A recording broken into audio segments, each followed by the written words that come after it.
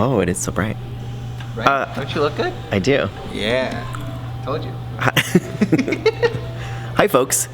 So, we were in Orlando for a speech, but filming speeches are kind of boring, and it was a corporate speech. Jake sort of felt like he was in the office. In an episode of the show. And in fact, it was a speech for Staples. That's ironic. Office supplies. So now we're waiting in the airport, and I'd like to just share with you a little bit about what it's like to travel without... Without what? Your dignity. Jokes. Without legs. One pro is that because we travel so much, we have a status where we get into the lounges, and which is usually nice on a day like today, where we have like a 4-hour layover. Unfortunately, there isn't a lounge here today, but what the lounges usually look like is they've got these like big comfy like leather chairs, and there's like usually some sort of snacks, but you also have to be very quiet because people are working. And also, this is a myth, and I'm gonna tell you for real that it's true. There is free alcohol. But let me tell you this, it's not as exciting as it sounds. I don't know if you've ever been drunk on a plane. I may or may not have. It's not fun. It's uncomfortable, you feel dry, it's not good. So neither of us ever have a drink while we're in the lounge.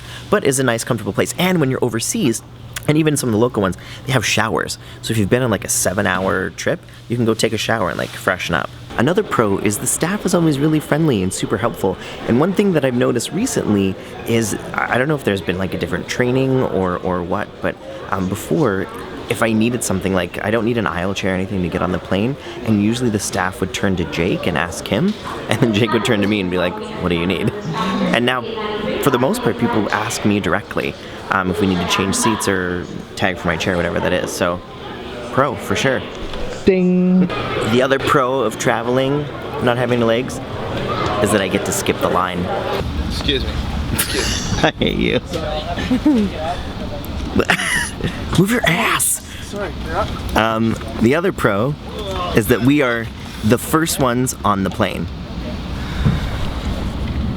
Oh, there's people down there. So what? That's fine. We were the first people on the plane. So that's it for the pros. Now let's talk about some cons. Wait. Hello? You're forgetting a pro? Am I? Yeah. You get to travel with me. One of the cons is security.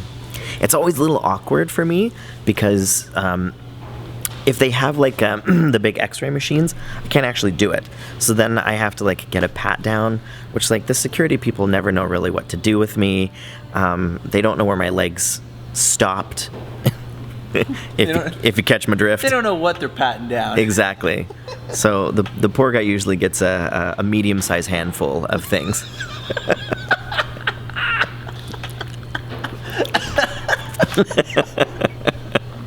But a life hack that I did figure out is when they do have a metal detector, I just get out of my chair, I push my chair, and then I walk through the metal detector so I don't have to get a pat down. You're welcome, TSA or Katska. Yeah, Katsa. That's Canadian. Con. My chest is so huge. It never fits in the seat. I always have to ride like this the whole way. It's not ergonomically correct for my body. But you have enough leg room? All the room in the world. You're welcome to it. Other con? This? Not gonna save me. Hold this. Let me show you. It's supposed to go around your waist. It's around my waist. There you go. Nothing. So what will you do? I don't know. Hope for the best. Or like, I think it's The Gray with Liam Neeson.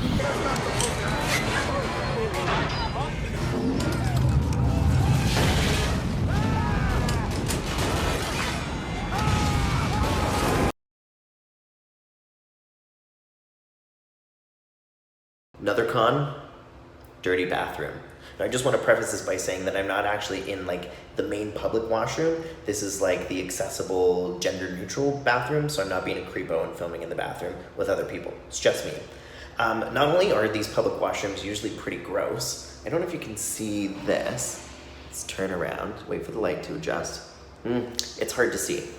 But the counters are typically like full of water. It's almost if dudes come and like wash their hands and then just splash their hands all over the counter. So counters are usually so high that when I go to put my arms on it, I have to put my sleeves or my bare arms in like people's hand washing water. Ugh. The con about being the first one on is that you're the last one off.